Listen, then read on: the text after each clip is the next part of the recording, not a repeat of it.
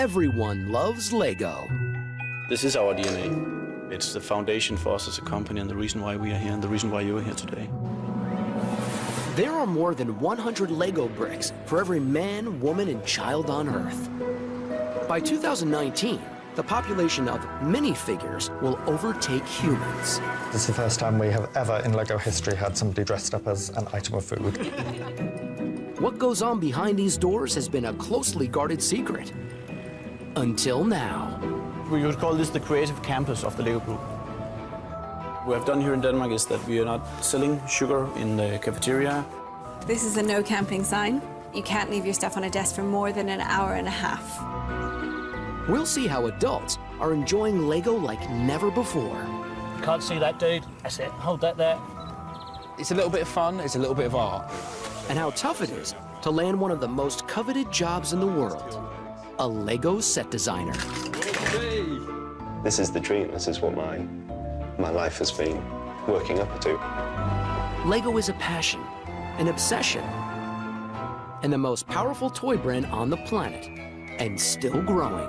So our ultimate ambition is to reach every child in every country all over the world. It's a surprising success story. Does it feel like a cult? I wouldn't say cult, I would say family. It feels like a family.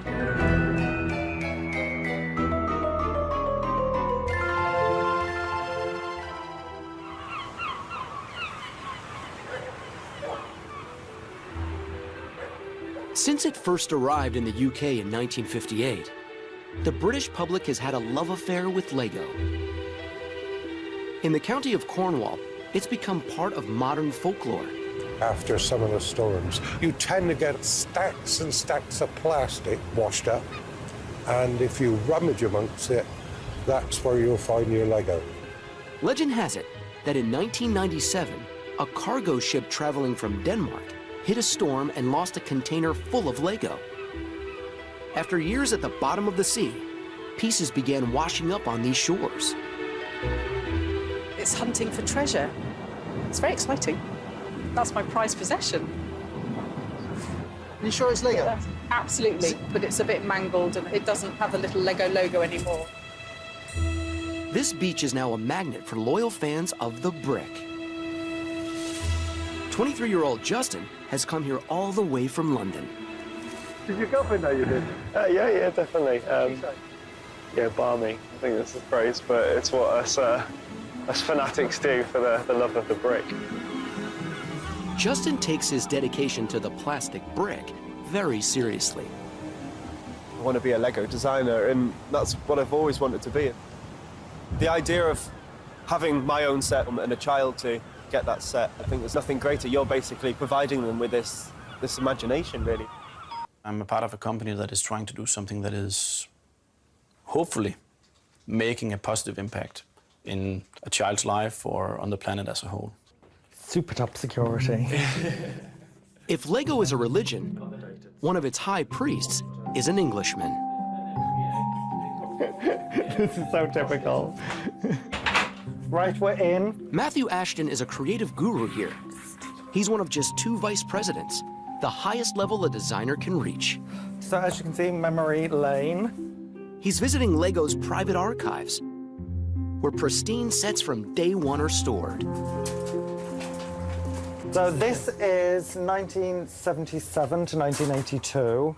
I was probably about 3 years old when all of this stuff started, so this is pretty much what I was playing with as a kid. I think I had this one, and definitely had this one. When I was growing up, me and my brother were like chalk and cheese. We were so different. I was sort of the shyer, more creative one that was just colouring in and doing collages and a bit of sewing and all of that kind of stuff. And my brother was practicing karate and sports. And I think Lego was one of the only toys where we sort of really, really bonded. This is some of the first Lego Star Wars sets.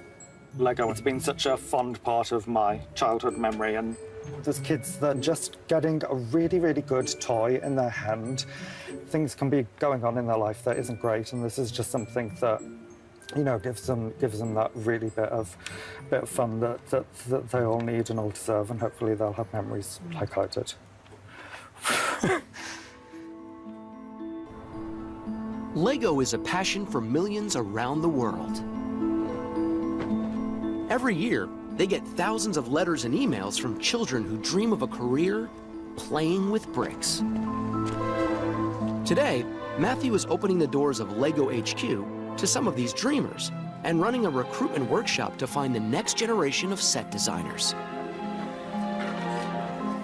Just setting foot inside the door, there's so much adrenaline and so much excitement going on. I would not like to be going through this.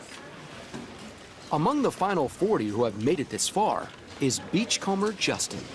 He's battled through assessments and Skype interviews for this once-in-a-lifetime opportunity. Justin, how are you feeling?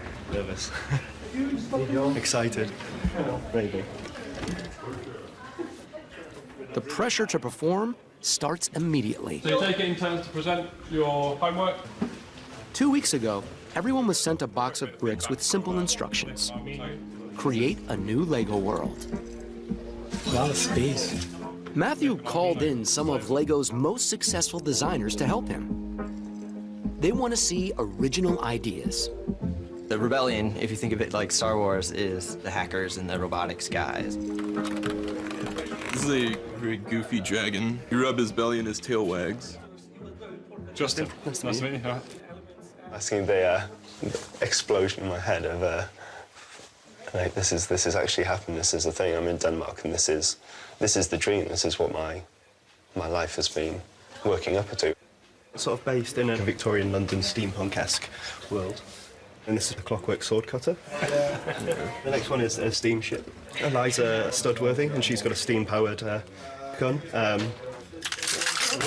Hey! Just my luck.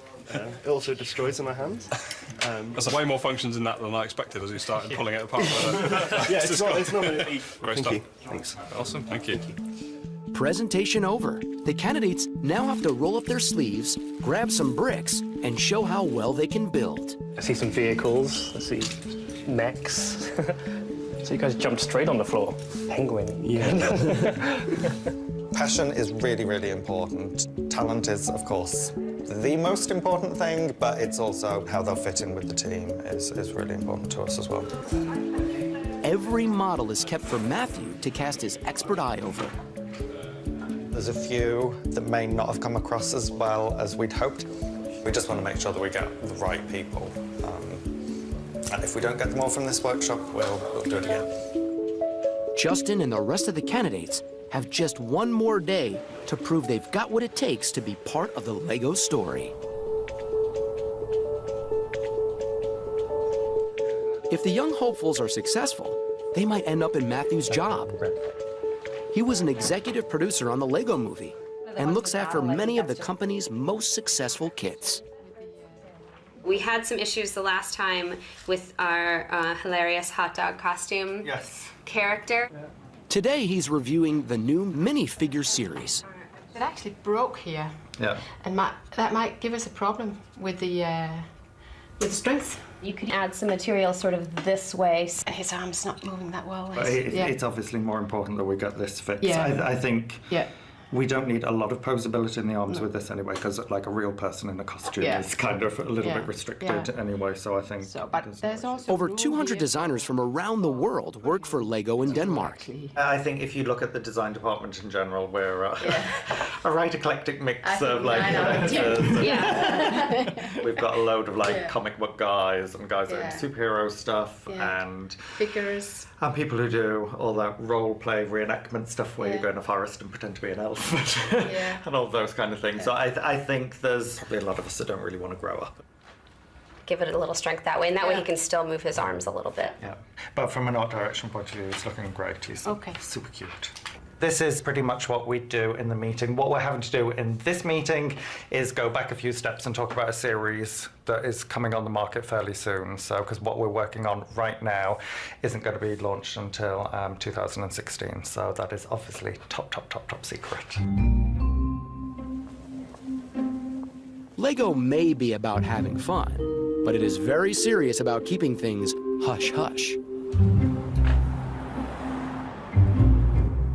Roar knows exactly where the real design magic happens. What we're seeing here, this is a part of our product development area. This is the creative campus of the LEGO Group. Are we all right to look in the window? Yeah, of course. I hope they have removed all the confidential stuff from the windows. But as you can see, you can't see there's actually models in the windows. So approximately 400 people are working in here on developing new products.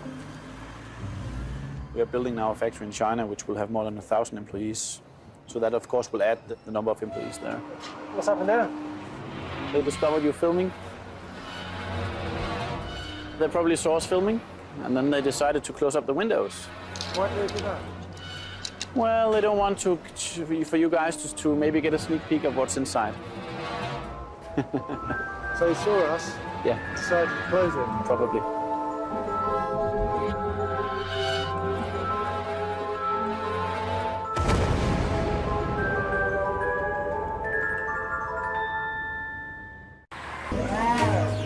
Anya, a mold technician, makes sure the machines create the perfect color brick every time. In the mold, there are 12 to 16 needles with color in it. And even though I clean the barrel or the cylinder, there's still going to be some old color on the needle. And when we push the new color through, it'll mix up. So what happens to these bricks? We throw them out. They're cool. They're pretty cool, yeah. But they might end up in the wrong hands and on eBay.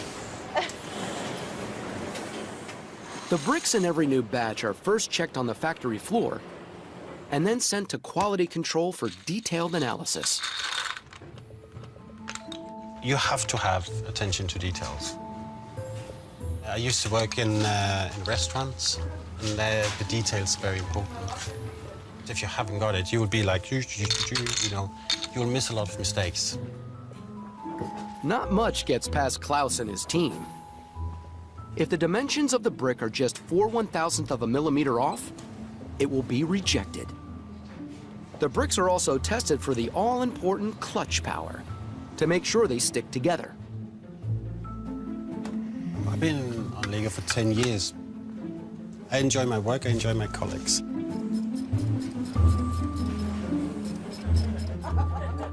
The different departments become a family for a lot of people, I think. The LEGO company becomes a lifestyle. Roar, the keeper of the LEGO secrets, has been with the company 7 years. Here we have the cafeteria, which feeds a few hundred people every day. Here we have the color coding of the food. So this is red, so that means don't eat too much here. Yellow means it's like medium, and the green stuff is the healthy stuff. So I won't be having the prawns and phyllo pastry today. Or maybe I will. What we have done here in Denmark is that we are not selling sugar in the cafeteria. And you will also see the vending machines out here. You have got candies here, but it's sugar-free. And you also have juice, so there's some kind of natural sugar in there. But you don't have any candy bars and stuff like that.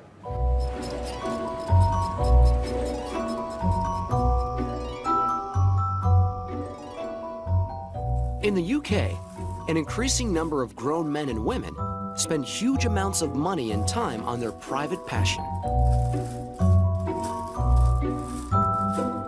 I've been obsessed with Lego for many, many years. Just when I'm playing, you know, just building, doing whatever, creating, I shut down from everything else I've been stressing about from work. I get completely lost in it. 41-year-old Mark is a dedicated AFOL, or adult fan of Lego, a community obsessed by the brick. I can always remember going back into work after Christmas, and there's always those discussions, oh, what did Mrs. get you for Christmas, blah, blah, blah. And I didn't go in and say, oh, yeah, she got me the Republic gunship, brilliant. I'd just keep quiet, say, yeah, just the normal, you know. And you just keep like that, because you just, especially being a bloke, you just opening yourself for ribbing. Mark builds up to 40 sets a month. The bigger sets, like this $350 Avengers helicarrier, contains over 3,000 pieces and can take days to build. Bag-wise, I'm halfway through. I'm on page 199 out of 438. So I'll put it behind you, babe. To speed things up, Mark invited his wife Angela to help. We've got quite a nice little system going now. She sorts all the pieces, which speeds up the build because you're not rummaging through a big pile of bricks looking for things. She's going to use the space I've got to sort out bag 3 while I build for bag 2. With their kids in bed, Mark likes to make sure he finishes each build in one sitting, no matter how long it takes. Oh, no, all the greys and the blacks are just going into one.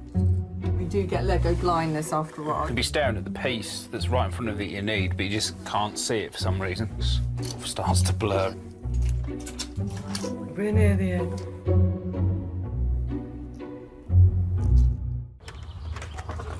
Morning. Morning. Come in. You finished? Just about. I can tell by the bags under my eyes. Well, there you go. That's the finished product. We've done quite well. It was about 1:10. I looked at the clock and I said 1 o'clock. Yeah. This is essentially targeted at adults. And this is a display piece. But Lego have put playability into it. You've got a factor called swooshability, so we have got the planes. We can go shh if we want to be children, which is brilliant. Because at the end of the day, we might be adults, but we still like to reverse to our childhood every now and then and just have a bit of fun. Mark designs and edits magazines for a living. He's his own boss and works from home. This is where all the magic happens. I call it an office. It's essentially a toy shop. It gets out of control. I don't think I've got a free shelf. This is my modular high street. They're just the houses. I've got a whole road and tramway that goes with it. He is now planning a bold new venture, taking his love of the brick to the next level.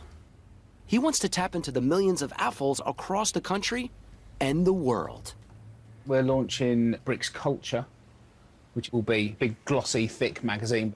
There is this market for adult fans, and there's a lot of guys out there creating some amazing stuff. So it's about sharing what people are doing with the world. Mark has come to friend Andy, a photographer, for help. Looked quite interesting this way. To get his magazine off the ground, he needs the Lego Group's approval, so he's creating a presentation to pitch them in Billund. We are doing something that's not been done before, but there's a very big risk they'll turn around and go, oh, so it's just another magazine. It is very important that they buy into what we're doing. Morning, everyone. We've got an exciting new team brief that we're going to give. Back in Billund, Justin has one final task to show he's got what it takes to be a Lego set designer, a team build. Each group has to design a series of models that together will make a new Lego play theme. It's a very kind of condensed, intense form from what we're doing behind the walls, kind of down the road. Sky racers, so like Skypunk. Because we've got a load of space parts, what if we don't do space? One thing that was... For me, the Lego set designer has always been the ultimate. There was a Lego club at school, and I was a part of the Lego fan club, and through breakups and nights out, it's always been there. Obviously, think about what's relevant for kids today. What cartoons are kids watching? What are the big movies? You know, what are their kind of reference points? When we start thinking about the briefs, you always kind of look back, you know, what did you enjoy as a kid? But, you know, you kind of have to find the twist. You know, it's like, what's going to be that edge that kind of takes it from pirates to, oh, pirates. Just having a story on the front of the box can really, really inspire the kids to really, really want to play. Some kids, building in itself is a complete joy, and they're just so proud of what they create at the end of it. And for other kids, they're just desperate to role play and play out an adventure. OK, people, please get your models up to the table. Who puts these play features in? They're dangerous. Our theme is called Moon Raiders, and basically it's a typical good versus bad. And because it was loosely based on like the classic pirates, they needed a shark. So there's a moon shark with a laser beam attached to it. Huge thank you to you all. Now the hard work is over for you guys, and this is going to be a really, really tough decision. This is the dream. It's been the thing from day one of like, as soon as I could break my brother's models, that's just what I wanted to do. I wanted to design Lego sets. I've been obsessed with it, so, I mean, this is the ultimate job. Fingers crossed. It's going to be fun being back in London, just, yeah, anxious.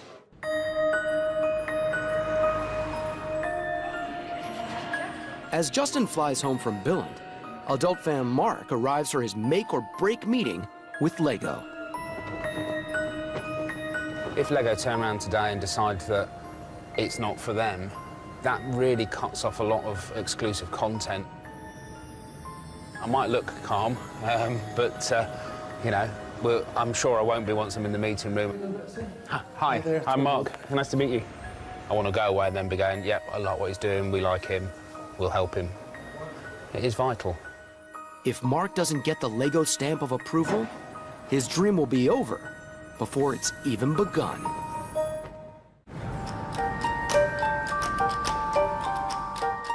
Lego is having a boom time and expanding around the world. In London, it's setting up a state-of-the-art outpost for executives. They call it the Hub, and it's no ordinary workplace. This office is designed under activity-based working module. Is that like hot desking? So it's not hot desking. We don't say hot desking. Nobody has their own desk here. So not even our corporate management have their own desks. You're fully mobile. So we have an app for this building. And on the app, it will say who's in the building, and it says what floor you're on. It doesn't say where you are on the floor. You have to go and find somebody on that floor. But you can do that also emailing them, texting them. Like most staff, Katie is new here, but is responsible for helping the company's values take root. So, like in every Lego office around the world, she makes sure the brick is always close at hand. You put a ball everywhere in every room and every table, so that at some point in the day, you probably will come into contact with the product. I don't think most people are sort of judging people on exactly what they build. Everything is sort of based on being able to be creative and indulge in that sort of childlike play.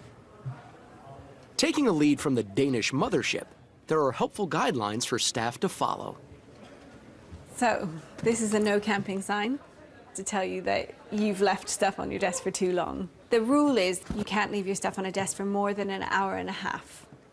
Have you had any fist fights break out because of this? Not yet, not yet. And you can't eat at your desk. I saw some people downstairs. Sneaky snacking. You don't want to say it's like an enforcement. It's not a don't do this, don't do this. Obviously, there are things that we've said like not eating. You know, that is a don't do this. The idea is that people will self-police. What would be brilliant is to come up with a plan of who we can and can't talk to. You know, to In Billund, Mark is wrapping up his pitch for a new Lego magazine targeted exclusively for adults. Thank you. Take care.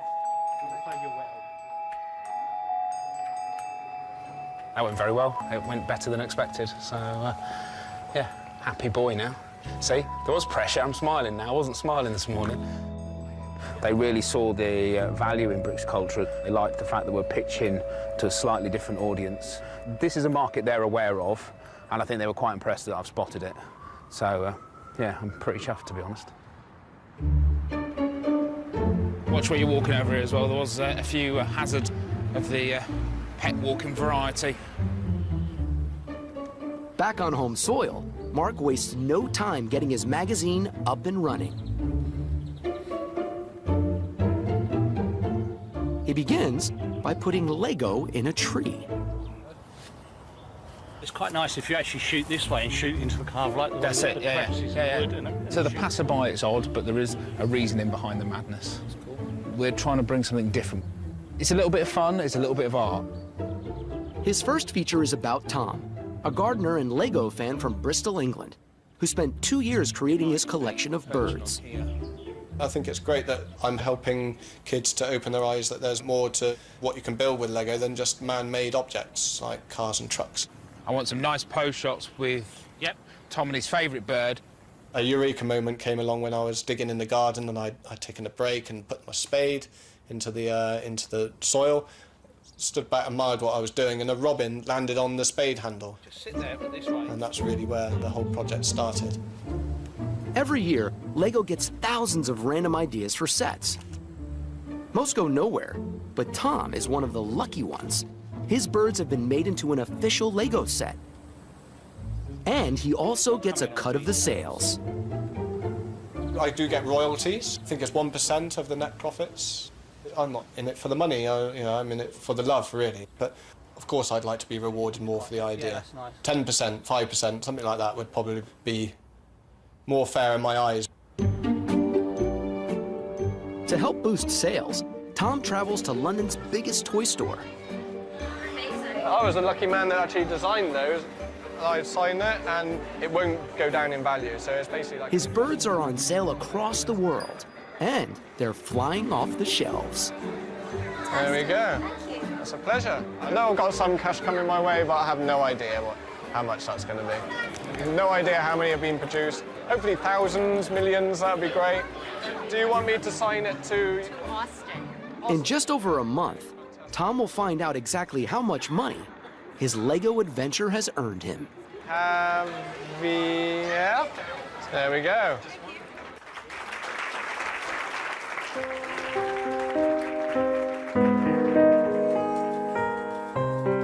I'm very excited to see what I'm seeing here. Today is the grand opening of Lego's new London hub. As the last of 5 new workspaces in Singapore, Shanghai, Connecticut, and Billund that have opened in the past 6 months, it's a memorable occasion. So Lego rolled out the big guns.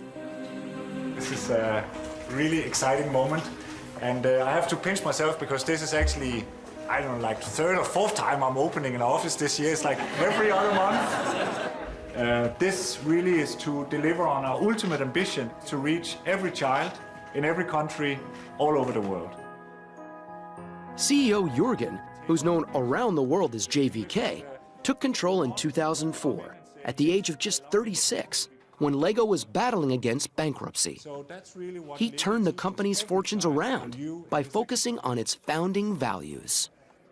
This whole philosophy of Lego as a way of learning structured but also highly creative thinking is something I deeply believe. I haven't invented it, but it is as if I have. JVK works closely with the owners, the Christensen family. They are all multi-billionaires and rarely seen in public. And I'm very happy we also today have the grandson of the founder, Kirk Christiansen, with us here. As a family-owned company, we all understand that we're here to serve a greater purpose. The family ownership is crucial to Lego's DNA, and JVK uses it to beat the drum and rally the troops. The people who really like the culture and the values it has, they sort of self-select into that culture. And I think our staff are really motivated by the purpose of the company. So we get people who want to work for a greater purpose than making money. The way that Lego recruit people, they want people that are going to fit in with the culture, people that are going to get along with the culture and really sort of live the values of Lego. And that's what they look for. I've travelled quite a lot so far, been to quite a lot of sales offices, and what I would say is you get the same feeling from the people in all of the offices you go to. It's the Lego DNA. A friend said to me that it's like brainwashing, like you'll come in and they'll be like, but it's amazing and we don't focus on money. But then when you come in and you actually see it, it's like, oh, okay, it's all true. It's all true. But does it feel like a cult? I wouldn't say cult, I would say family. It feels like a family.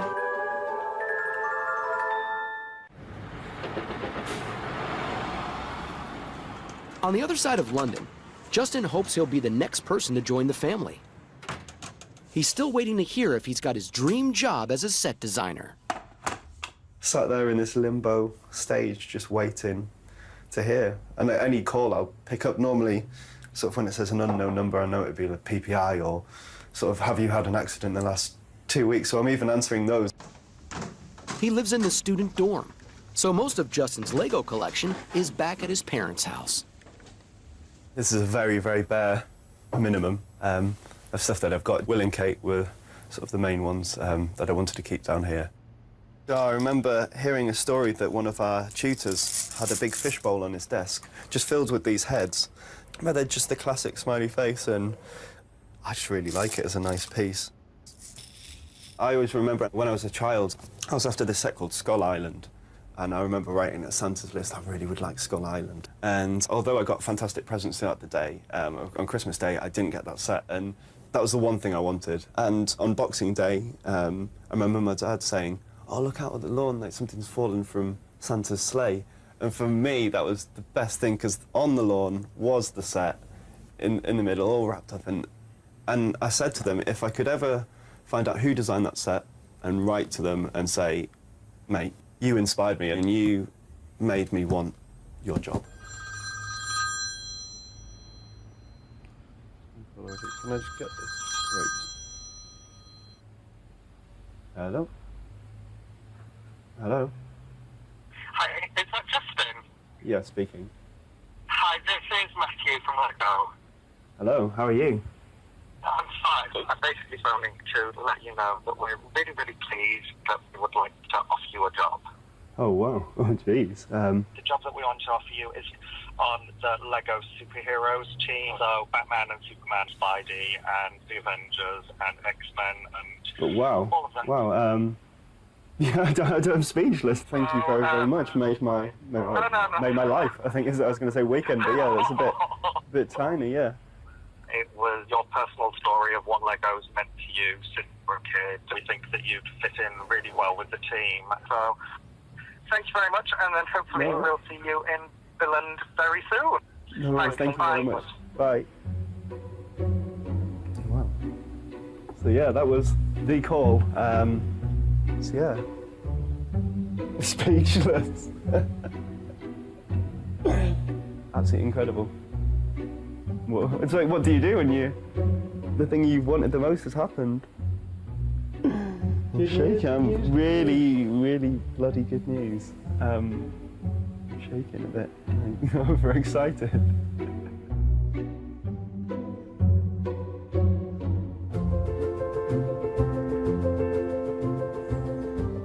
After landing the ultimate job as a Lego set designer, Justin sets out for his new life in rural Denmark.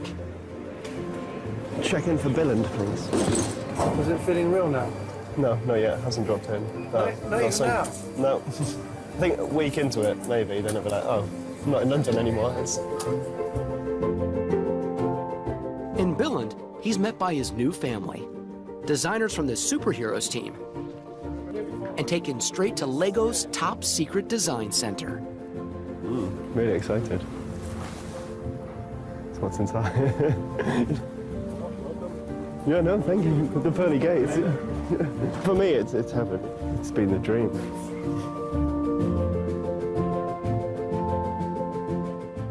Justin meets Matthew, who's his new boss. And to you. Welcome. Thank you. Well, this is where you're going to be working. So we're going to take you to your desk and give you a little bit of a tour around. He has officially become one of the chosen few. And I'm afraid this is as far as you're allowed to go.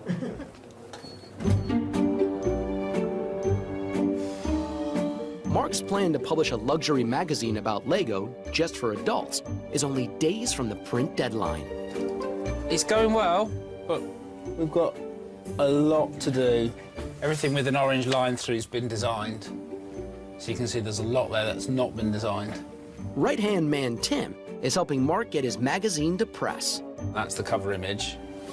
That line there, it says for the connoisseur of everything Lego. It's still really good. Connoisseur is perfect because it's not exclusive. It's just like you like the finer things in life. The whole purpose of this is to celebrate our hobby that we love. It's a celebration of Lego. It's actually hit the mainstream so much, it's almost cool to play with Lego now.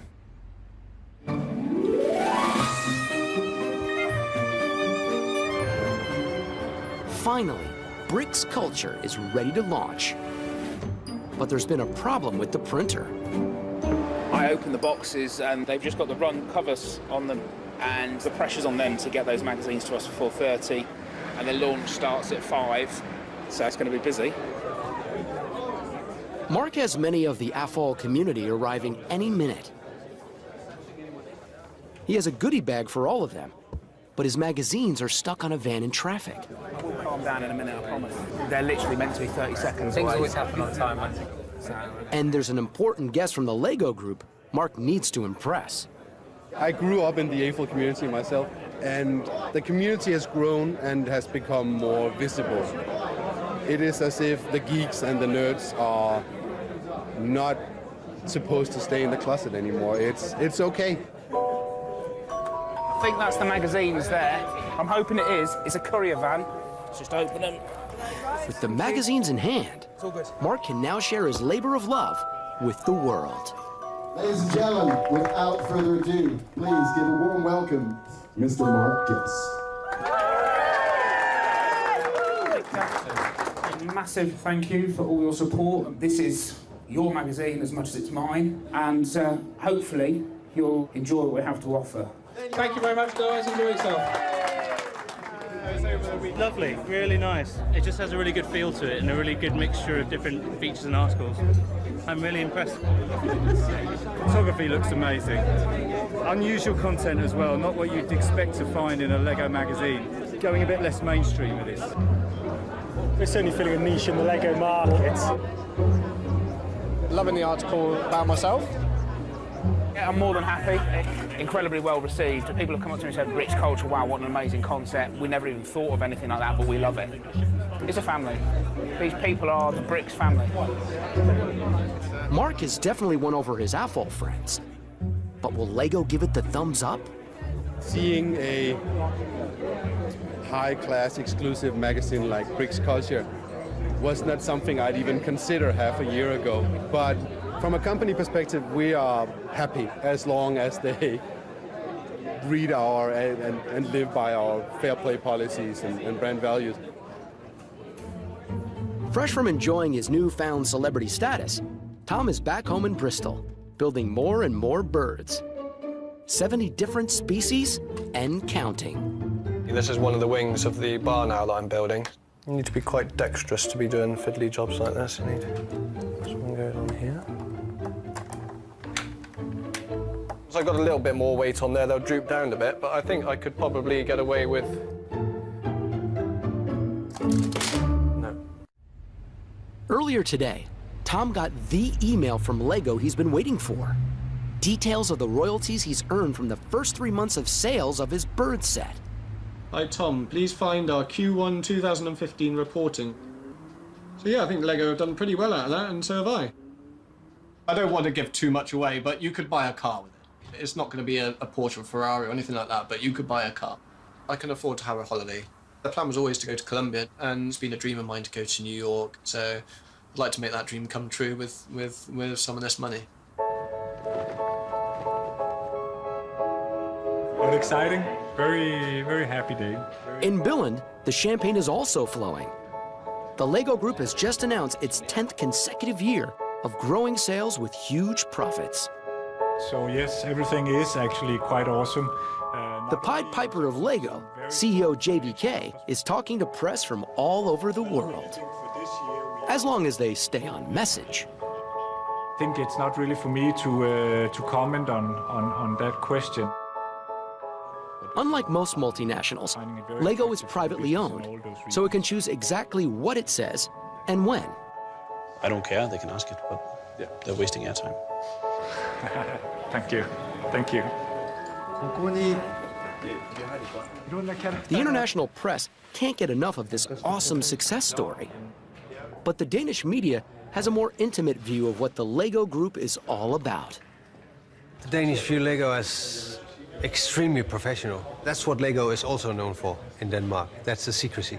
You don't ever get to talk to a real person. You talk to people who are very observant of what they say and are very observant of how the things they say will be interpreted by others.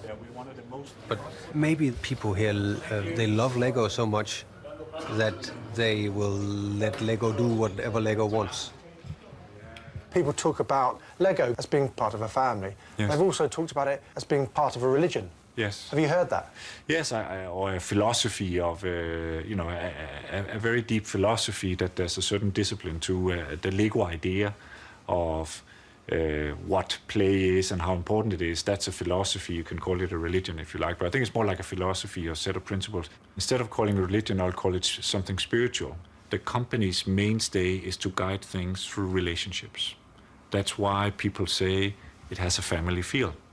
So how do you regulate behavior in a family?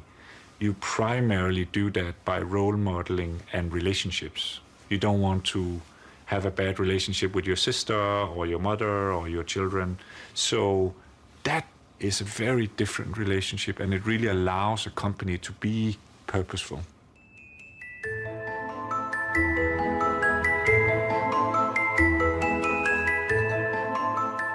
It's been 6 months since Justin left the UK to build a new life in Billund. Still not properly sunken. Every day it's getting better because I'm constantly learning, constantly trying out new things.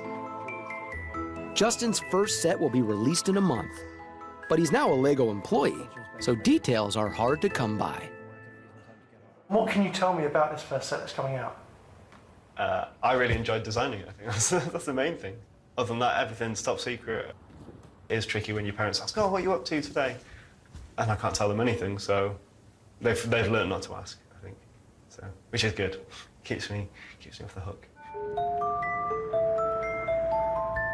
Justin is fitting seamlessly into the LEGO world. It's amazing. It's this great family atmosphere, and you feel like you're part of something. There's a sense of pride of being in there, and there's all the LEGO that you could ever want. It's almost like being in a chocolate factory, and I've been given the golden ticket. The brick has never been more popular. LEGO is now the most profitable toy company in the world. And it's not stopping there. I've actually got the producer of the movie that we're looking at coming over today. Matthew is already in production with the LEGO Batman film and other movie projects that are, of course, completely top secret. This is a good bit of my job. I get to see movie things before anybody else on the planet does. In 2017, LEGO will open a new factory in China as it targets the Asian markets head-on. And in Billund, the guardian of LEGO's secrets, Roar, allows the world an occasional glimpse inside. If you go to the designer's work area, they'll have a lot of these.